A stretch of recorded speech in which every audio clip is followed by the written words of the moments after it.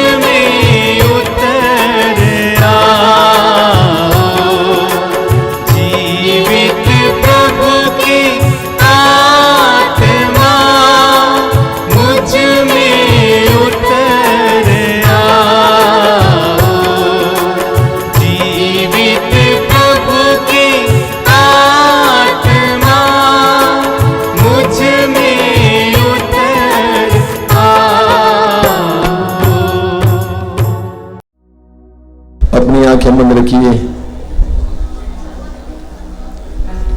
मौन होकर प्रभु के सानिध्य का अनुभव कीजिए, प्रभु की उपस्थिति का अनुभव कीजिए। मरने के बाद तीसरे दिन मृतकों में से पुनर्जीवित यीशु हमारे लिए अपने आप को अर्पित करने वाले उस महान प्रभु की उपस्थिति अनुभव कीजिए। अपनी आंखें बंद रखकर आप इस समय सर्वशक्तिमान की उपस्थिति में हैं। आप इस समय सामर्थ्यवान परमेश्वर की उपस्थिति में हैं। प्रभु यीशु ने कहा, मैं द्वार पर खड़ा होकर खटखटा रहा हूं, यदि कोई मेरी वाणी सुनकर मेरे लिए द्वार खोल देगा, मैं आकर उसके साथ भोजन करूंगा और वह मेरे साथ है।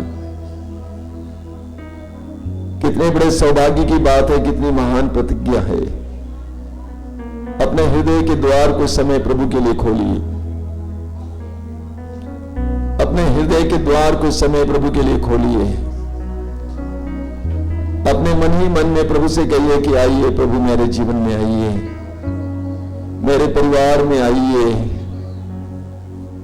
मुझे तेरी जरूरत है प्रभु, तेरी जरूरत है। इतने दिनों के बाद मुझे तू मिला है यीशु। मैं भटकता रहा, लेकिन तूने मुझे अपनी ओर आकृष्ट किया यीशु, धन्यवाद। आज इस समय मेरे दिल में आइए। आज इस प्रार्थना के द्वारा, इस सभा के द्वारा तू मेरे परिवार में आ।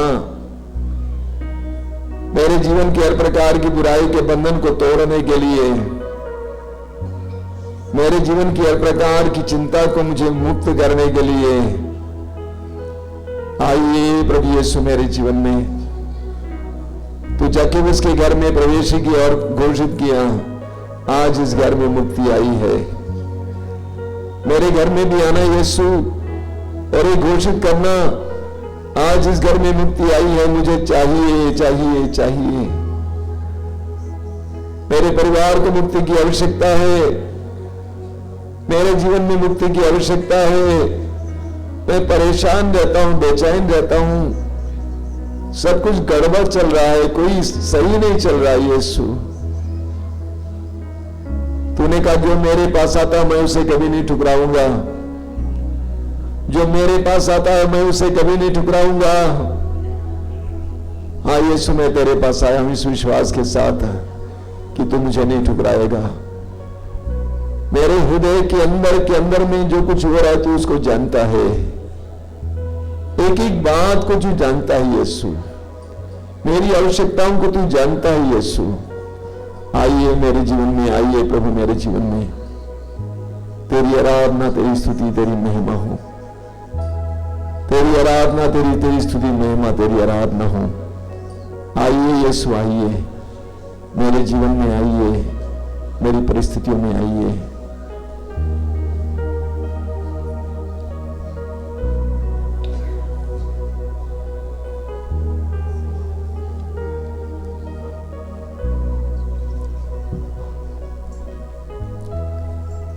आंखें खोलिए, सबको जय यीशु, जय यीशु, और एक बार प्यार से जय यीशु, जय यीशु।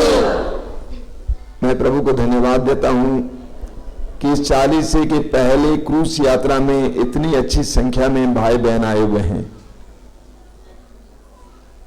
प्रभु ने आपको नाम लेकर बुलाया है, प्रभु ने आपको नाम लेकर पुकारा है। मैं प्रभु को धन्यवाद देता हूं कि आप भूले नहीं हैं। 1 साल करीब बीत गया कि हम सभी लोग एक साथ मिले, आप भूले नहीं हैं। यह प्रभु की कृपा है। बराबर पवित्र आत्मा हमें याद दिलाते रहता है, धन्यवाद दीजिए, धन्यवाद दीजिए। मैं जानता हूं कि आप में से बहुत से लोग बहुत दूर से आए हैं और कई लोग पास से भी आए हैं। हम में से बहुत सारे लोग हर शुक्रवार को उपवास रखते हैं और आप में से कुछ लोग 40 दिन उपवास रख रहे होंगे, 47 दिन उपवास रख रहे होंगे।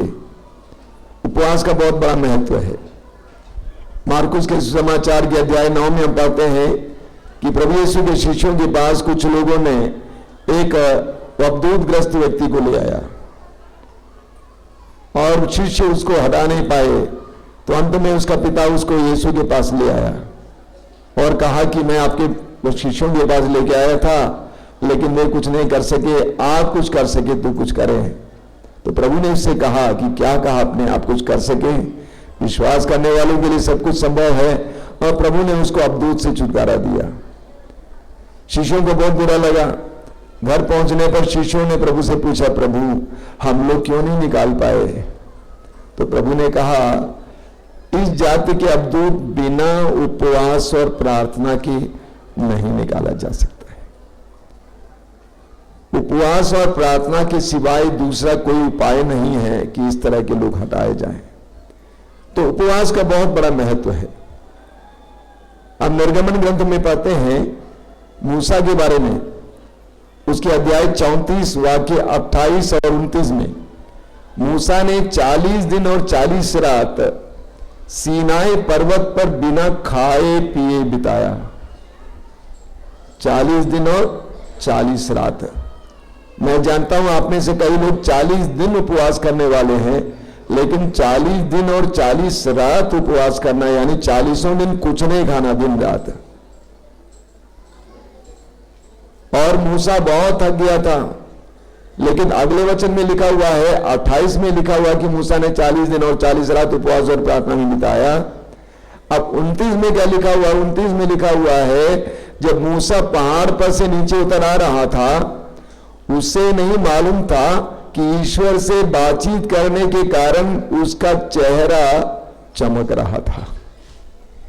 40 दिन और 40 रात उपवास किया, उसका शरीर थक गया, लेकिन उसका चेहरा चमक रहा था। इसी तरह प्रभु यीशु के बारे में हम पढ़ेंगे लूकास के सुसमाचार के अध्याय 4 में। प्रभु यीशु ने भी 40 दिन और 40 रात उपवास किया, और 40 दिन और 40 रात उपवास करने से प्रभु बहुत कमजोर हो गए।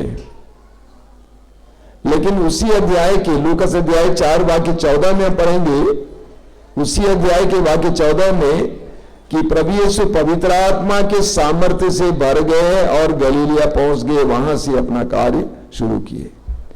तो एक तरफ शरीर दुर्बल हो जाता है, दूसरी तरफ आत्मा तगड़ा हो जाती है।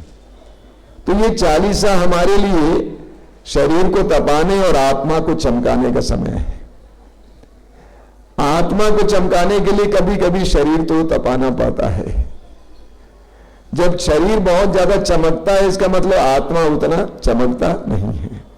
तो ये 40 हमारे लिए शरीर को कुछ कुछ तपाना और आत्मा को चमकाने का समय है। देखिए, हम लोग अक्सर प्रभु से प्रार्थना करते हैं, प्रभु मुझे ये दे दीजिए, कृपा दीजिए, कृपा दीजिए। अब प्रभु भी सोचते होंगे, भाई इनको क्या दें, अब क्या दे, क्या रहा है। प्रभु ने हमें पवित्र आत्मा दिया, पिता ने हमें अपना पुत्र दिया, पुत्र ने अपना जीवन प्रदान किया। अब हम क्या मांग रहे हैं? मांग रहे हैं दीजिए दीजिए दीजिए। प्रभु ने जो देना था दे दिया, अब हमें उसको आत्मगत करना है, आत्मसात करना है, अपनाना है। बस प्रभु को जो देना था दे दिए, अब हमें अपनाना है। अभी कुछ देर पहले स्वामी जी आपको उड़ाओ पुत्र का दृष्टांत बता रहे थे, बहुत सुंदर उदाहरण है। धनी बाप का दूसरा बेटा अपनी संपत्ति को परदेश में उड़ा देता है, लेकिन वो होश में आ जाता है, क्योंकि वो दाने दाने के लिए मोहताज हो जाता है, भूखा होता है। तब वो निर्णय लेता है कि मैं अपने पिता के भवन की ओर जाऊंगा, और वो पिता के भवन की ओर पैरों को घसीट रहा है। और उस दृष्टांत में प्रभु यीशु कहते हैं, पिता ने पुत्र को दूर से देखा,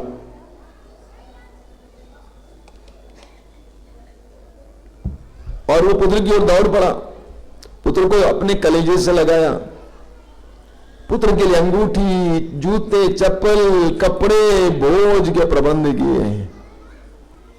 ख्याल कीजिएगा, ये तभी संभव हुआ जब पुत्र ने एक कदम पिता की ओर बढ़ाया।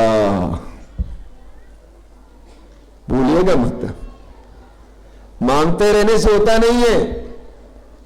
कई लोग मेरे पास आते हैं, समस्या बताते हैं, मैं बोलता हूं 5 दिन के लिए दर्शन भवन आ जाओ, प्रभु के सामने बैठ जाओ। 5 दिन के बाद खिलकर मुस्कुराते हुए वापस जाते हैं। प्रभु के पास सब कुछ है, लेकिन पहल करना हमारा काम है। अगर उड़ाऊ पुत्र अपने पिता के भवन की ओर एक कदम नहीं बढ़ाया होता, तो पिता के प्यार वात्सल्य का अनुभव वो कतई नहीं कर पाता। उसी तरह कुछ देर पहले जक्केउस के बारे में बताया गया था। जक्केउस पापी माना जाता था, चुंगी लेने वाला, लोग उससे घृणा करते थे, नाटा था। यीशु को देखने के लिए एक पेड़ की डाली पर बैठ जाता है। तब यीशु वहां पे आते हैं और कहते हैं, मैं तुम्हारे यहां जाऊंगा, मुझे तुम्हारे यहां ठहरना है। जक्केउस के घर जाता है और वहां पर जक्केउस का मन परिवर्तन होता है और जक्केउस का मन परिवर्तन होता है और जक्केउस परिवर्तित हो जाता है। उसके बाद प्रभु यीशु घोषित करते हैं, आज इस घर में मुक्ति आई है। लेकिन इसके लिए भूलना नहीं, उसके लिए जक्केउस को पहल करना पड़ा। सब लोग कान खोलकर सुनना इस बात को। मुझे बहुत बुरा लगता है जब कई लोग मांगते रहते हैं, पहल करने के लिए तैयार नहीं है। अगर जक्केउस यीशु को देखने के लिए उस पेड़ की डाली पर नहीं बैठा होता तो यीशु जक्केउस के घर नहीं जाते। जक्केउस ने यीशु को पाने के लिए पहल किया, एक कदम बढ़ाया, इसलिए यीशु ने उसको अपनी उपस्थिति प्रदान की, उसके घर पे मुक्ति लाया। इस सत्य को जानना चाहिए। याकूब का पत्र अध्याय 4 उसके वाक्य 8 में लिखा हुआ है। याकूब का पत्र अध्याय 4 वाक्य 8 में, ईश्वर के पास जाएं और वो आपके पास आएगा। ईश्वर के पास जाएं और वो आपके पास आएगा। तो ये 40सा काल हमारे लिए पहल करने का समय है। मैं प्रभु को धन्यवाद देता हूं कि मातृधाम आश्रम से जुड़े हुए आप सभी लोग 40सा काल में एकदम जिंदे हो जाते हैं। पता नहीं कौन बता देता है, सब लोग को पता चल जाता है और पूछते भी रहते हैं। जहां 40सा शुरू हो गया सब लोग जिंदे हो जाते हैं, इधर उधर दिखाई देते हैं। शुक्रवार के दिन भीड़ की भीड़ आती है, बहुत अच्छी बात है। तो ये 40सा काल पहल करने का समय है। क्या आपको नशा खाने पीने की आदत है? एक छोटा सा कदम उठाइए, ये निर्णय लीजिए 40 में मैं ना खाऊंगा ना पीऊंगा। अगर आपको झूठ बोलने की आदत है, कई लोगों को झूठ बोलने की आदत है, आप निर्णय लेंगे कि मैं झूठ नहीं बोलूंगा। जब भी झूठ बोलने का मन करे उस समय मुंह बंद कर देंगे। जिनको गाली देने की आदत है, विशेष करके मैंने देखा कई लोगों के जीवन में कि कई लोग मुंह खोलते ही गाली देते हैं, बच्चों से गाली के साथ बात करते हैं। तो गाली छोड़ना, एक 40 वर्ग के लिए गाली छोड़ दिए। जिसको बहुत ज्यादा फिल्म देखने की आदत है, टीवी के सामने बैठे रहने की आदत है, जिसको गंदगी देखने की आदत है, अश्लील फिल्में देखने की आदत है, चित्र देखने की आदत है, वो निर्णय लेगा इस 40 दिन तक मैं नहीं देखूंगा। इसी तरह एक एक बात के लिए हम पहल करेंगे तो प्रभु अपना हाथ बढ़ाएंगे और आपको छुटकारा देंगे। मैं जानता हूं कितने ही लोग 40सा काल के बाद ऐसी प्रवृत्तियां छोड़ दिए हैं, ऐसी आदतें छोड़ दिए हैं। उन्होंने मात्र पहल किया, एक कदम उठाया, प्रभु ने उसको बचा लिया। इसलिए 40सा काल हम सबके लिए पहल करने का समय है ताकि हम इस प्रकार की गंदगी से बाहर आ जाएं। बोलिए hallelujah, hallelujah, hallelujah, hallelujah, hallelujah, hallelujah, hallelujah, hallelujah. 40सा काल में एक चीज जो हमें दिखाई देती है, मैं क्रूस नहीं लाया हूं, वो क्रूस है। पूरा 40सा काल का संदेश इस क्रूस के चारों ओर है। आप लोग यहां पर क्रूस की यात्रा मनाने आए हैं, लेकिन मैं आपको बताना चाहता हूं कि हम लोग कोई मातम मनाने नहीं आए हैं। ख्याल करना, ठीक है, कि प्रभु यीशु के साथ ऐसा हुआ, देखो क्या हुआ। हम मातम मनाने नहीं आए हैं, क्योंकि प्रभु यीशु के साथ ऐसा हुआ, लेकिन वे मर गए और जी उठे हैं। इसीलिए क्रूस की यात्रा में आते समय ये नहीं सोचना कि हम मातम मनाने आए हैं, बिल्कुल नहीं। क्रूस की यात्रा के दौरान हम क्या देखते हैं, क्या अनुभव करते हैं? क्रूस की यात्रा के द्वारा हम ईश्वर के प्रेम के मर्म को समझने और अनुभव करने का प्रयास करेंगे। ईश्वर के प्रेम के मर्म को समझने और अनुभव करने का प्रयास करेंगे और क्रूस के एक एक स्थान, एक एक मुकाम पर रुक कर हम जाते हैं ताकि हम एक एक स्थान में छिपे हुए प्रभु के संदेश को हम ग्रहण करें, स्वीकार करें। तो ये आप मातम मनाने नहीं आए हैं, बल्कि प्रभु के उस प्रेममय बलिदान के एक एक पड़ाव पर हम मनन करेंगे। और ये जानिए, एक एक मुकाम, एक एक पड़ाव कर हम मनन करेंगे, मनन करते हुए प्रार्थना करेंगे, उसका फल आज भी हमें मिलेगा। वचन में लिखा हुआ है, उसके घावों द्वारा हम भले चंगे हो गए हैं। तो प्रभु यीशु के घावों पर हम मनन चिंतन करने जा रहे हैं। इसीलिए क्रूस की यात्रा के दौरान, फिर मैं बताता हूं, हम मातम नहीं मनाते, शोक नहीं मनाते, बल्कि हमारे प्रति प्रभु के प्रेम को जानने के लिए कोशिश करते हैं, अनुभव करने के लिए कोशिश करते हैं, और उसके जरिए प्रभु की कृपाएं प्राप्त करते हैं, चंगाई प्राप्त करते हैं, बंधनों से आजादी प्राप्त करते हैं। बोलिए hallelujah, hallelujah, hallelujah, hallelujah, hallelujah, hallelujah, hallelujah, hallelujah, hallelujah. Hallelujah. मेरे सवाल आपसे है, मान लीजिए मैं आपको क्रूस दिखाऊंगा, क्रूस देखते ही पहला संदेश क्या मिलता है? क्रूस को देखते ही आपको पहला संदेश क्या मिलता है?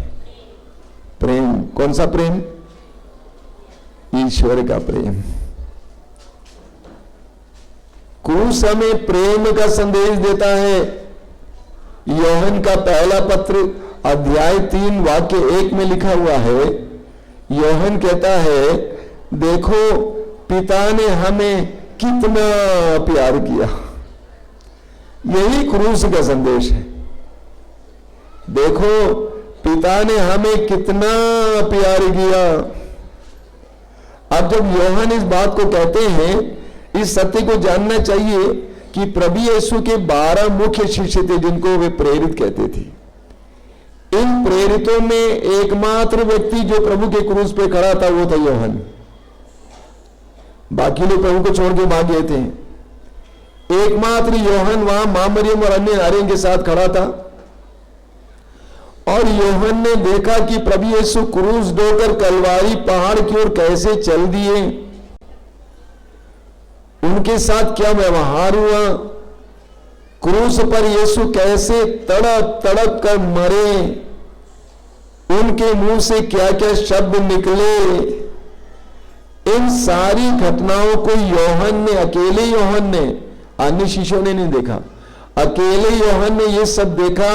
उसके बाद यूहन्ना कहता है, देखो पिता ने हमें कितना प्रेम किया। यही कारण है, बड़े मजे की बात है, यूहन्ना अपने सुसमाचार में और अपने पत्रों में भी प्रेम प्रेम प्रेम प्रेम के बारे में बोलते हैं, क्योंकि यूहन्ना ने ईश्वर के प्रेम के मर्म को देखा। यूहन्ना ने ईश्वर के प्रेम के मर्म को देखा। यूहन्ना का सुसमाचार अध्याय 3 वाक्य 16, वहां पर हम बार बार पढ़ते हैं, ईश्वर ने संसार से इतना प्यार किया कि उसने उसके लिए अपने इकलौते पुत्र को अर्पित किया, जिससे जो भी उसमें विश्वास करे उसका सर्वनाश न हो, बल्कि उसे अनंत जीवन मिले। धन्यवाद। ईश्वर ने संसार से इतना प्यार किया कि उसने अपने इकलौते पुत्र को अर्पित किया, जिससे जो भी इसमें विश्वास करें उसका सर्वनाश न हो, बल्कि उसे अनंत जीवन मिले। यूहन्ना का पहला पत्र अध्याय 4 उसके वाक्य 10 में यूहन्ना कहते हैं, उसको मैं यहां से पढ़ना चाहता हूं। यूहन्ना का पहला पत्र अध्याय 4 वाक्य 10, वहां क्या लिखा हुआ है? ईश्वर के प्रेम की पहचान इसमें है कि पहले हमने ईश्वर को नहीं, बल्कि ईश्वर ने हमको प्यार किया और हमारे पापों के प्रायश्चित के लिए अपने पुत्र को भेजा। हमने ईश्वर को प्यार नहीं किया, बल्कि ईश्वर ने अपने पुत्र को इस संसार में भेजा, जिससे हम हमारे पापों का प्रायश्चित हो जाए। बोलिए hallelujah, hallelujah, hallelujah, hallelujah, hallelujah, hallelujah, hallelujah, hallelujah, hallelujah, hallelujah, hallelujah. Hallelujah. शायद आपने देखा होगा, एक तस्वीर है, यहां आश्रम में भी है, मैंने देखा, एक क्रूस की तस्वीर है, और क्रूस है खाली क्रूस, और क्रूस के ऊपर एक कपड़ा टंगा हुआ है। उसके नीचे लिखा हुआ है कि हे प्रभु, लिखा हुआ, मैंने पूछा, हे प्रभु तूने मुझे कितना प्यार किया? उसने कहा इतना, और अपना हाथ फैलाकर मेरे लिए अपने आप को अर्पित किया। मैंने पूछा, प्रभु तू मुझे कितना प्यार करता है? उसने कहा, इतना, और अपने दोनों हाथ फैलाकर मेरे लिए अपने आप को कुर्बान किया। यही ईश्वर का प्रेम है, यही ईश्वर का प्रेम है। यूहन्ना का सुसमाचार अध्याय 15 वाक्य 13, यूहन्ना का सुसमाचार अध्याय 15 वाक्य 13 में प्रभु यीशु कहते हैं, इससे बड़ा कोई प्रेम नहीं है, इससे बड़ा कोई प्रेम नहीं है कि एक मित्र अपने मित्रों के लिए अपने प्राण अर्पित कर दे। मेरे पीछे दोहराइए, हालेलुया, हालेलुया, हालेलुया, हालेलुया। प्रभु यीशु कहते हैं, प्रभु यीशु कहते हैं, इससे बड़ा कोई प्रेम नहीं है, इससे बड़ा कोई प्रेम नहीं है कि एक मित्र अपने मित्रों के लिए कि एक मित्र अपने मित्रों के लिए अपने प्राण अर्पित कर दे। अपने प्राण अर्पित कर दे। हालेलुया। हालेलुया। प्रभु यीशु कहते हैं, इससे बड़ा कोई प्रेम नहीं है कि एक मित्र अपने मित्रों के लिए अपने प्राण अर्पित कर दे। आप देखिए पौलुस क्या कहते हैं, ध्यान से सुनना। पौलुस क्या कहते हैं रोमियों का पत्र अध्याय 5 में उसके 6 से 8 पौलुस कहते हैं, हम निस्सहाय ही थे जब मसीह निर्धारित समय पर विधर्मियों के लिए मर गए। धार्मिक मनुष्य के लिए शायद ही कोई अपने प्राण अर्पित करे, फिर भी हो सकता है कि भले मनुष्य के लिए कोई मरने को तैयार हो जाए, किंतु हम पापी ही थे जब मसीह हमारे लिए मर गए। इससे ईश्वर ने हमारे प्रति अपने प्रेम का प्रमाण दिया है। बोलिए हालेलुया, हालेलुया, हालेलुया, हालेलुया। पौलुस क्या कहते हैं? पौलुस कहते हैं ये संभव है कि किसी धर्मी इंसान के लिए कोई मरे, लेकिन यीशु उस समय हमारे लिए मरे जब हम पापी ही थे। यीशु उस समय हमारे लिए मरे जब हम पापी ही थे।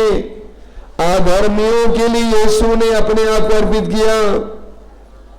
हम अधर्मियों के लिए यीशु ने अपने आप को अर्पित किया। देखिए कितनी बड़ी बात है। इस्यास नबी के ग्रंथ के अध्याय 53 में उसके वाक्य 4 और 5 में वचन में लिखा हुआ है, वो हमारे रोगों को अपने ऊपर ले लिया, वो हमारे रोगों को अपने ऊपर ले लिया, वो हमारे दुखों से लदा हुआ था। उसने जो दंड भोगा उसके द्वारा हमें शांति मिली है। सब लोग ध्यान से सुनना, एक जबरदस्त वचन है। वचन में लिखा हुआ है इस्यास अध्याय 53 वाक्य 4 और 5 में क्या लिखा हुआ है? वो हमारे रोगों को अपने ऊपर लेता था। बोलिए इस दुनिया में कौन है जो आपके रोगों को अपने ऊपर लेगा? वो हमारे दुखों से लदा हुआ था। यीशु हमारे दुखों से लदा हुआ था। 2000 वर्ष पहले प्रभु यीशु ने जो बोझ महसूस किया, जो दुख महसूस किया, हमारे दुखों को अपने ऊपर लिया। जो दंड उसे मिला उसके द्वारा हमें मुक्ति मिली है। यीशु के दंड के द्वारा हमें मुक्ति मिली है। पेतरुस का पहला पत्र अध्याय 2 वाक्य 24 में लिखा हुआ है। पेतरुस का पहला पत्र अध्याय 2 वाक्य 24 में पेतरुस कहते हैं, यीशु ने हमारे पापों को अपने ऊपर ले लिया क्रूस पर, काट पर। यीशु ने हमारे पापों को क्रूस के काट पर अपने ऊपर ले लिया। वास्तव में जो क्रूस पर लटका हुआ है वो यीशु ने, मैं हूं। मेरे बदले यीशु लटके हुए हैं। मुझे वहां पे होना चाहिए था, लेकिन मेरी स्थिति को अपनाते हुए उसने मेरे लिए क्रूस को अपनाया।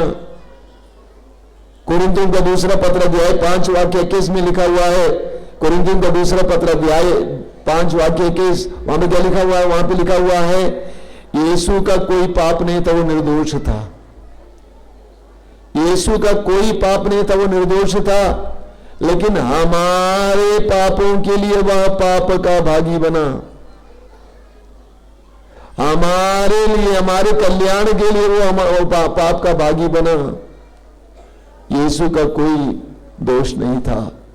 गलातियों के पत्र के अध्याय 3 वाक्य 13 में वचन कहता है, पौलुस कहते हैं, वो हमारे लिए श्रापित हुआ। यीशु हमारे लिए श्रापित हुआ। आजकल मैं देखता हूं कि हमारे स्टॉल में से बहुत सारे लोग क्रूस लेते हैं और आशीष के लिए लेके आते हैं, स्वामी जी आशीष दीजिए। बड़े प्यार से क्रूस को पहनते हैं कहते हैं इसको पहनने से हमें सुरक्षा मिलती है, लेकिन आप जानते हैं 2000 वर्ष पहले क्रूस कोई सम्माननीय चीज नहीं थी। कोई क्रूस की ओर देखना नहीं चाहता था, क्योंकि क्रूस पर समाज के सबसे खूंखार अपराधियों को मार डाला जाता था। प्रभु यीशु के मरने के बाद भी करीब 200-250 साल तक ऐसे चलता रहा। यह क्रूस उनको दिया जाता था जो समाज के बड़े बड़े अपराधी होते थे, खूंखार अपराधी होते थे, और प्रभु यीशु को एक अपराधी के रूप में क्रूस पर लटकाया गया, और वो भी 2 डाकुओं के बीच में उनका उपहास करने के लिए। प्रभु यीशु के जीवन में जो जो दुख मिला, वो सारे दुख आप और मेरे लिए, आप और मेरे लिए हमारे प्रति प्रेम के कारण हुआ। मैंने कई बार आपको बताया है, फिर एक बार बोलूंगा। मान लीजिए मेरा छोटा भाई है, अच्छा लड़का था, लेकिन पारिवारिक है, किसी कारणवश मेरे छोटे भाई ने किसी के यहां से बहुत ज्यादा रकम या सोना चोरी कर लिया। चोरी कर लिया और सारे लोग जान गए, पुलिस को भी पता चला। अब मेरा छोटा भाई रात के समय चुपके से मेरे पास आता है, कहता है कि भैया हम तो फंस गए हैं, हमारी बीवी और बच्चों का क्या होगा। तो मैं उससे कहता हूं, देख भाई मेरा ना आगे है कोई है, ना पीछे ना कोई है, मेरा कोई नहीं है। तू एक काम कर, चोरी का माल मेरे पास ले आओ, चोरी का माल मेरे पास ले आओ, और मैं चोरी के माल को ले लेता हूं। पुलिस किसको पकड़ेगी? मुझे पकड़ेगी कि मेरे भाई को पकड़ेगी? किसको पकड़ेगी? मुझे क्यों पकड़ेगी? क्यों? क्योंकि चोरी का माल आपके पास है, मैंने चोरी नहीं की, मैंने चोरी नहीं की, लेकिन इसलिए कि मैं अपने भाई को प्यार करता हूं, मैं नहीं चाहता हूं कि मेरा भाई किसी तरह से दुख झेले। उसका एक परिवार है, बच्चे हैं, इसलिए मैंने सोचा मैं ही झेल लेता हूं।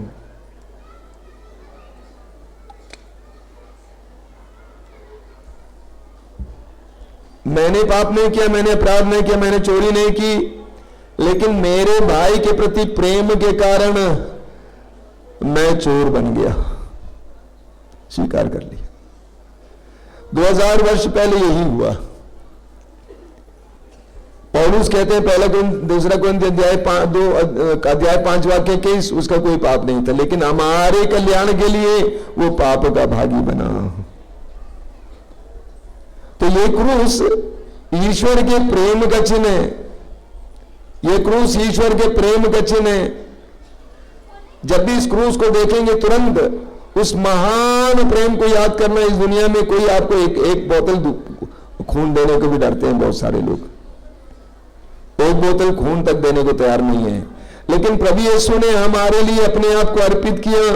33 साल की युवावस्था में निर्दोष होने के बावजूद, आपने शायद वो कहानी सुनी होगी। एक बार गांव की बात है, एक गांव में एक लड़का रहता था, जवान था। एक बार मां बाप से रूठकर वो अपने घर से भाग जाता है, मां बाप से रूठकर वो अपने घर से भाग जाता है, काफी दूर एक शहर में पहुंच जाता है।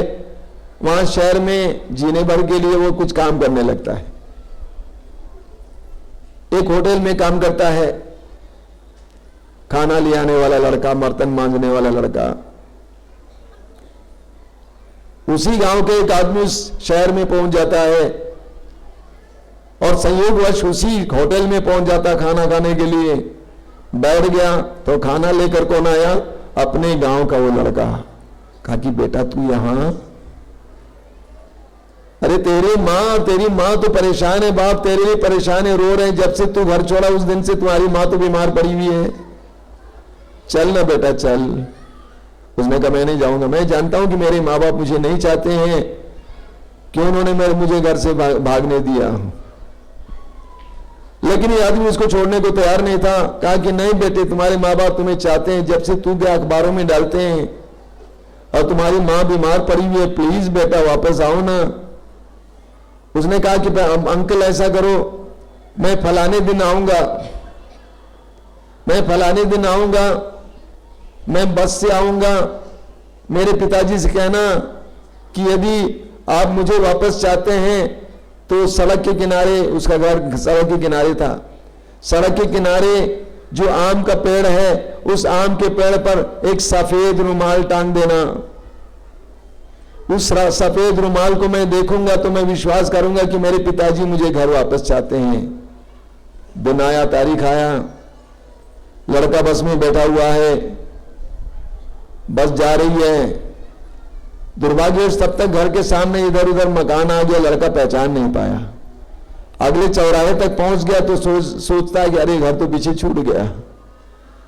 उसने बगल में बैठे एक अंकल से पूछा, अंकल जी बताइए ना, कुछ देर पहले आपने ऐसा मकान देखा? कहा कि हाँ बेटा। अंकल जी बताइए ना, उस मकान के सामने एक आम का पेड़ आपने देखा? हाँ बेटा। क्या उस आम के पेड़ पर एक सफेद रुमाल देखा? उसने कहा बेटा एक नहीं, पूरे आम का पेड़ सफेद रुमालों से लदा हुआ था। एक नहीं, पूरे आम का पेड़ सफेद रुमालों से लदा हुआ था। वो बाप क्या कहना चाहता है? बेटा अगर तू चाहता है कि मैं एक चिन्ह दे दूं कि तू विश्वास करे कि मैं तुझे चाहता हूं, मैं तुझे प्यार करता हूं, तो मैं तेरे लिए एक सफेद रुमाल नहीं बल्कि हजारों रुमाल टांगने को तैयार हूं, लेकिन तुम वापस तो आ जाओ।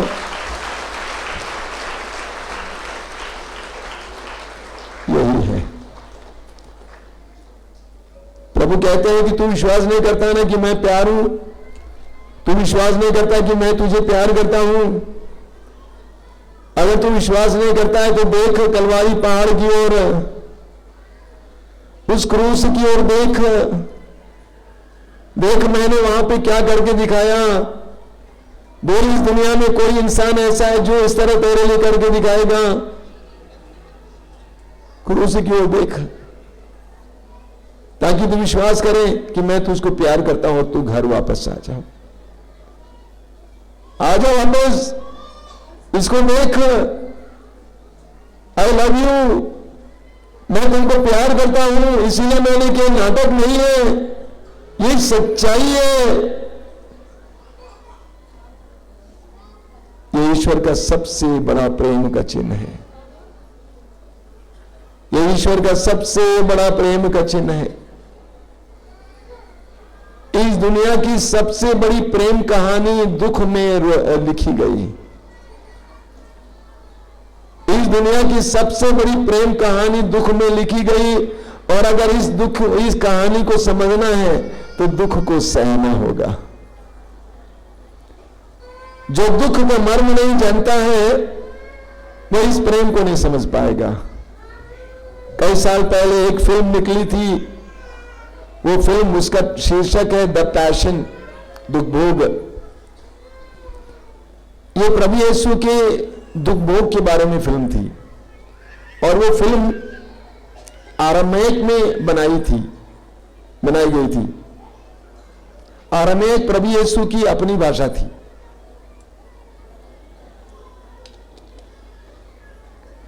जैसे हमारे यहां होता है ना, घर पे कौन सी भाषा बोलते हैं? हिंदी बोलते हैं कि भोजपुरी बोलते हैं? सच बताओ, भोजपुरी बोलते हैं ना? हिंदी बहुत कम लोग बोलते हैं, झूठ बोल रही हो। घर पे अधिकतर लोग भोजपुरी बोलते हैं, दुकानों में भोजपुरी बोलते हैं, आपस में भोजपुरी बोलते हैं। जहां पे सभी लोग आते हैं वहां पर हिंदी बोलने लगते हैं। उसी तरह प्रभु यीशु के जमाने में आपसी जो बातचीत होती थी वो आरामेक में होती थी, और प्रभु यीशु ने भी शिक्षा आरामेक में दी है। लेकिन हिंदी की तरह उस तरह जो इब्रानी भाषा थी, जो ऑफिशियल भाषा थी, तो प्रभु यीशु की भाषा में वो फिल्म बनी थी द पैशन, प्रभु यीशु के दुख भोग के बारे में। पूरा दुख भोग, खून खून खून। जब विदेशों में उसका विमोचन हुआ, विशेष करके धनी राष्ट्रों में, देशों में, लोगों ने कहा क्या फिल्म है, सिर्फ खून खून खून। लेकिन हमारे जैसे देशों में जब वो फिल्म आई तो लोगों ने उसको समझ लिया।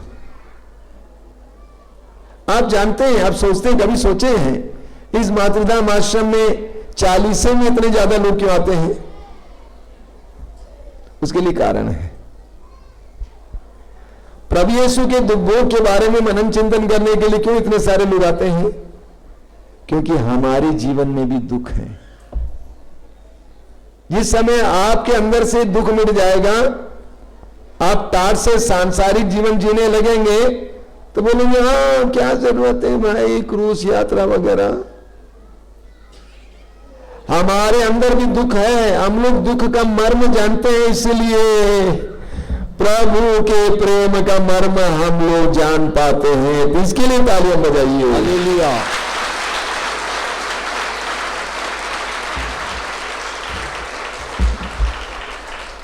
और ये जानिए, ये प्रेम एक तरफा नहीं है, ये दो तरफा होना चाहिए। इस दुनिया में पति पत्नी के लिए कितना दुख झेलता है, पत्नी पति के लिए कितना दुख उठाती है, माँ बाप बच्चों के लिए कितना दुख उठाते हैं, बच्चे माँ बाप के लिए कितना दुख उठाते हैं। होता है कि नहीं होता है? होता है कि नहीं होता? बताइए जी। वरना हमारे जीवन में कोई रस ही नहीं होता, मैकेनिकल हो जाते हैं। जैसे कई देशों में होता है, आदमी मर जाता है घर पे, पुलिस आके ले जाती है, बस थोड़ा सा आंसू खत्म। हमारा देश ऐसा नहीं है,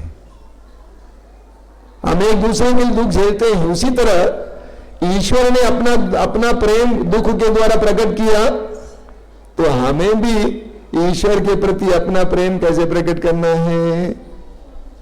कैसे प्रकट करना है? दुख के द्वारा। बोलिए हालेलुया, हालेलुया, हालेलुया।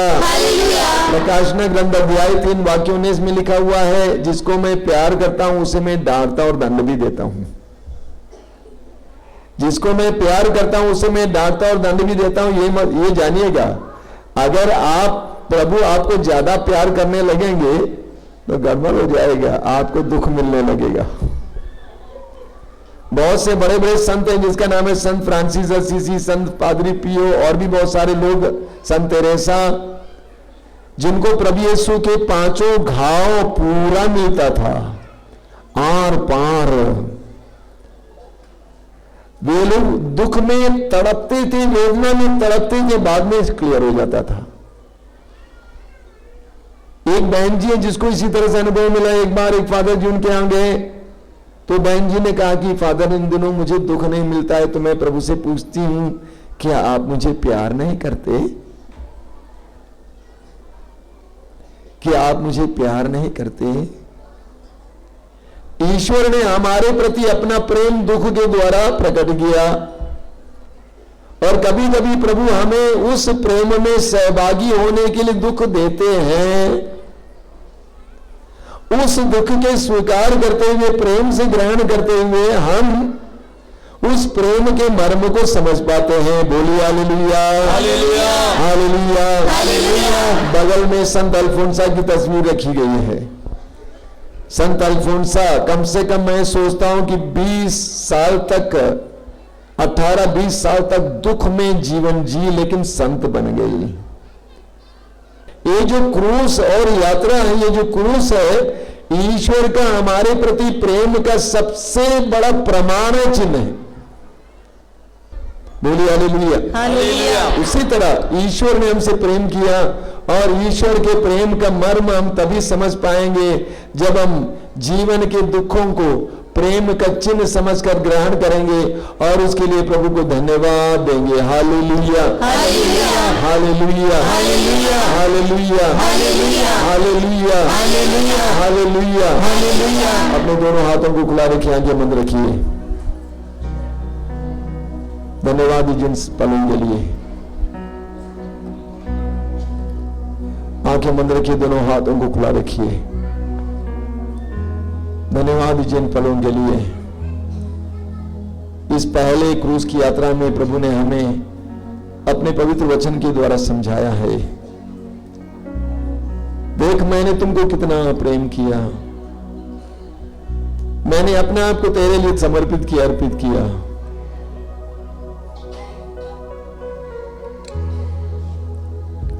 प्रभु से प्रार्थना कीजिए, इस प्रेम को समझने के लिए प्रभु कृपा दे। मेरे पीछे दोहराइए, hallelujah hallelujah hallelujah hallelujah hallelujah. Hallelujah दोनों हाथ ऊपर उठाते हुए हालेलुया हालेलुया हालेलुया। हालेलुया। हे प्रभु यीशु, हे प्रभु यीशु, तेरे प्रेम के मर्म को तेरे प्रेम के मर्म को समझने के लिए समझने के लिए मुझे कृपा दीजिए। हमें कृपा दीजिए। तेरे प्रेम के मर्म को तेरे प्रेम के मर्म को समझने के लिए समझने के लिए मुझे कृपा दीजिए। मुझे कृपा दीजिए। Hallelujah hallelujah hallelujah. हालेलुया। तेरे वचन में लिखा हुआ है, तेरे वचन में लिखा हुआ है, ईश्वर ने संसार से ईश्वर ने संसार से इतना प्रेम किया, इतना प्रेम किया, उसने उसके लिए उसने उसके लिए अपने इकलौते पुत्र को अपने एकलौते पुत्र को अर्पित कर दिया, अर्पित कर दिया, जिससे कोई भी उसमें विश्वास करे जिससे लोग इसमें विश्वास करें, उसका सर्वनाश न हो, बल्कि उसे अनंत जीवन मिले। अनंत जीवन मिले। Hallelujah hallelujah hallelujah hallelujah hallelujah hallelujah. हे प्रेमी पिता, तेरे प्रेम को जानने के लिए समझने के लिए हम पर पवित्र आत्मा भेजिए, हम पर पवित्र आत्मा भेजिए, हम पर पवित्र आत्मा भेजिए। हम पर पवित्र आत्मा भेजिए। Hallelujah hallelujah hallelujah hallelujah hallelujah hallelujah. Yeshu की स्तुति हो, यीशु की आराधना हो, यीशु की महिमा हो। हालेलुया